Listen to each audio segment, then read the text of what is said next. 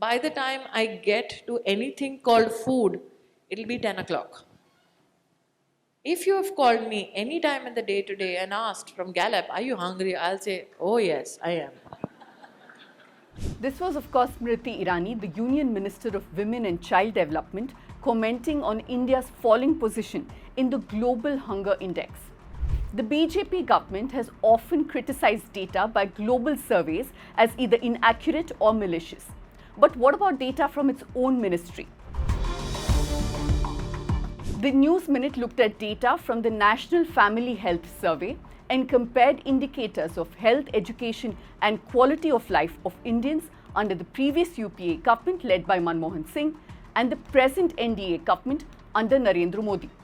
And what we found is that in 17 out of 28 areas, that is 61% of them, the UPA performed better. Let me explain.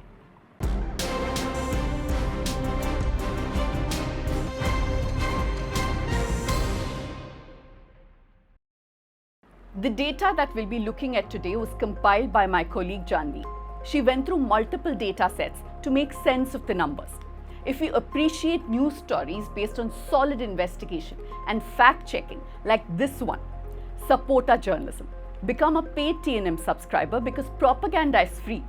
Real journalism needs time, resources, and most importantly, your support. Now let's look at the numbers. The NFHS survey is carried out under Government of India's Ministry of Health and Family Welfare. Since 1992-93, 5 rounds of surveys have already been published. The results from the NFHS 6, that is for the period 2022-23, is yet to be published. In July 2023, K.S. James, the director of the International Institute for Population Sciences, which carries out the NFHS survey, was suspended. According to reports, the Modi government removed him because they were unhappy with the data from these surveys. You can watch this earlier episode of Let Me Explain by my colleague Anna, where she explained the entire controversy in detail.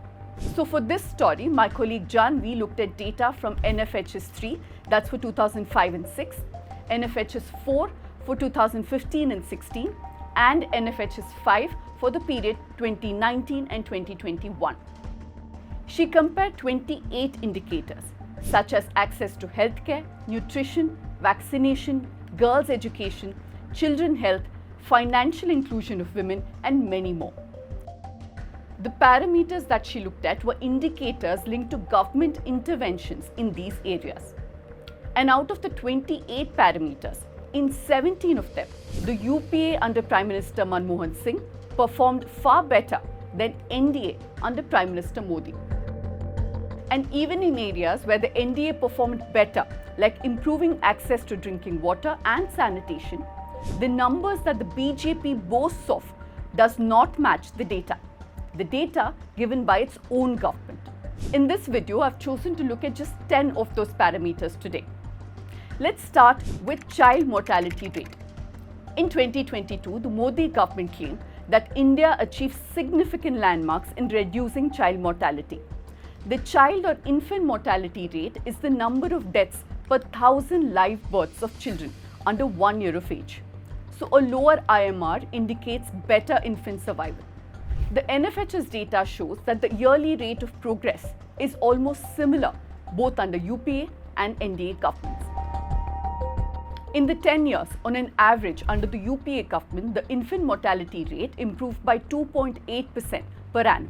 In the 5-year period under Prime Minister Modi, the annual progress rate was 2.9%, almost similar to that of UPA. Let's look at child nutrition next. Global Hunger Index. That makes headlines now. Many people have said it's all hogwash. How do they build that index? 3,000 people in a country of 140 crore get a phone call from Gallup.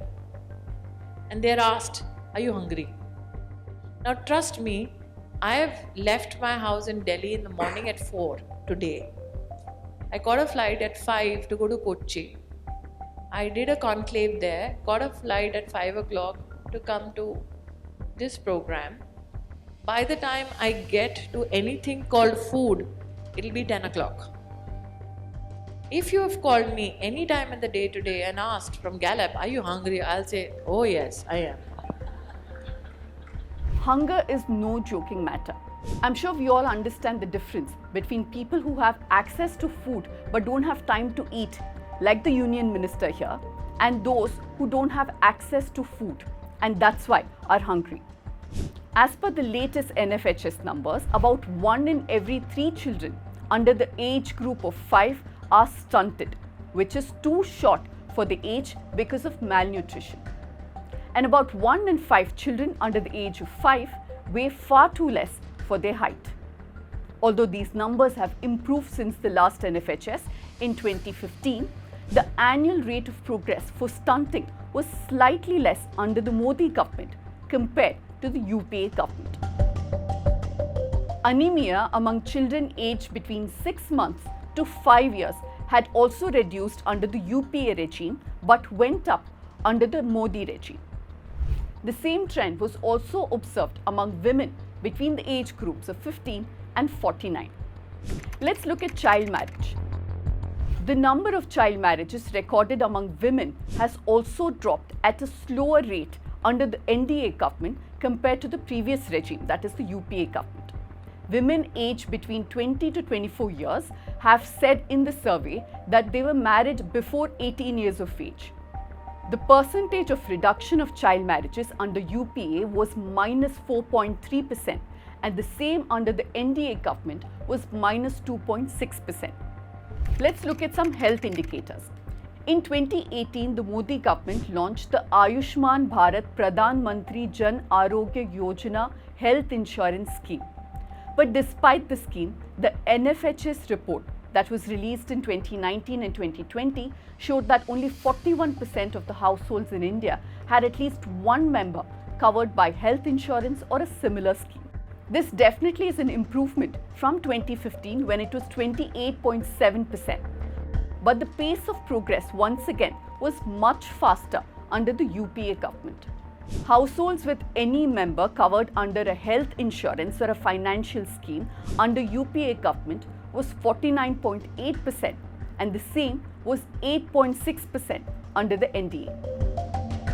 While spending towards the scheme has increased over the years, the CAG has found in their report several irregularities and corruption in insurance claim settlements.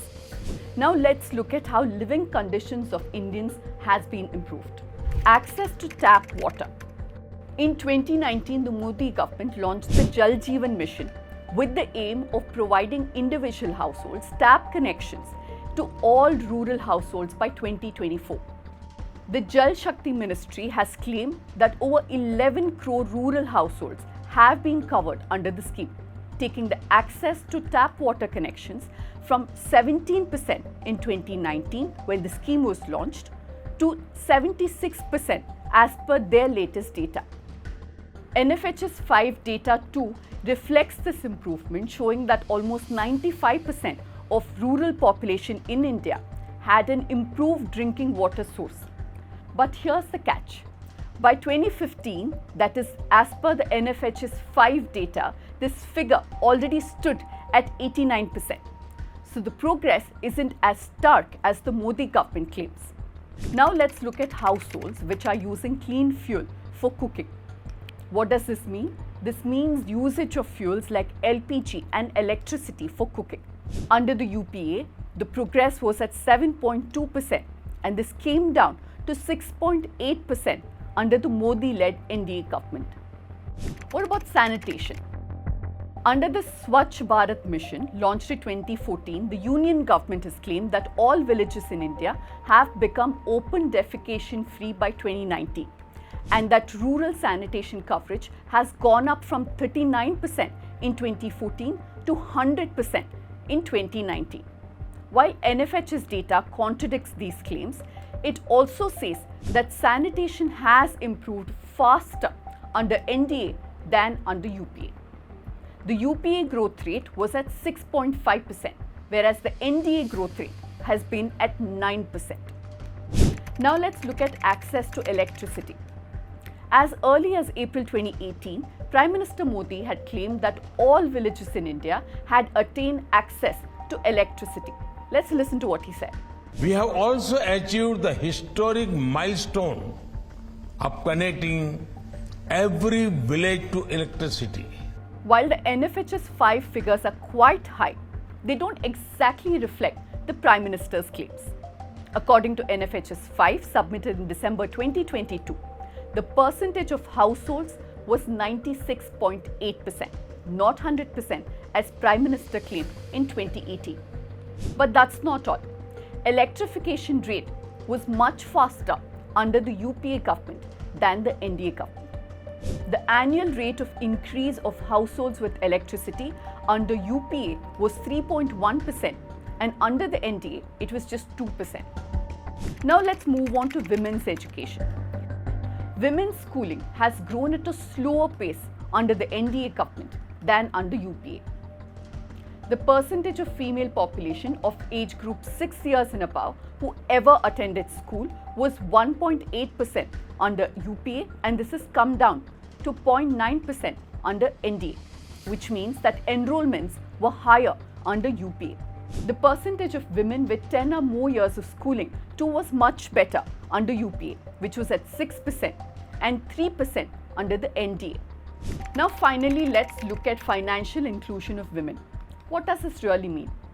Financial inclusion means that women with bank accounts in their names. This translates into financial independence for women. And despite the Pradhan Mantri Jan Dhan Yojana scheme that was launched in 2014 to improve the financial inclusion, under which the government claims that 28.9 crore women have benefited as of March 2024, financial inclusion of women happened at a much faster rate under the UPA government, that is under Prime Minister Manmohan Singh's government. Women having a bank or savings account that they themselves use under the UPA was at 25.1%, and this came down to 9.7% under the NDA. The country still has a long way to go in improving these parameters, and both the UPA as well as the NDA could have surely done more to improve and better the lives of its citizens.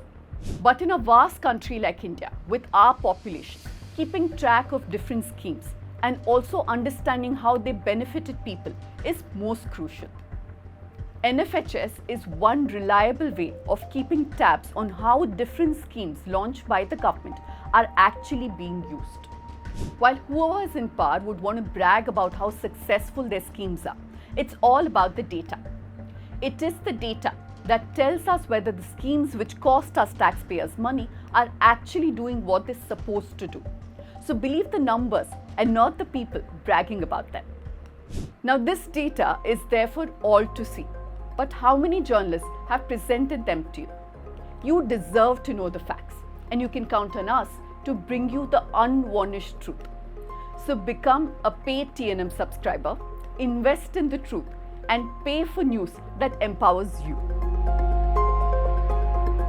That's it from me for this week. I'll come back with another episode of Let Me Explain. Meanwhile, like I keep reminding you, the News Minute and News Laundry have launched a joint fund to cover the Lok Sabha elections. Make sure that you check out the 6 verticals, see what topics interest you, and then you can contribute accordingly.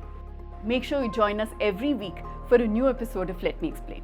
And tell me what you like, what you didn't like, and drop your comments in the comment section.